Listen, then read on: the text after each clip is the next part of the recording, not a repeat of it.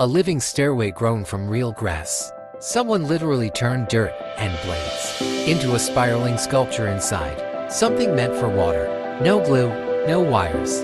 Just careful layers, a steady hand, and time. This isn't a toy, it's a micro-jungle staircase. The science. It's called eco-sculpting, fusing nature and structure in the tiniest space possible. Some use this to relax. Some call it art. But one thing's for sure. You've probably never seen a grass stairway in a cup before. Hit like and subscribe to share good vibes only in Inside X. This is not your average drinking glass.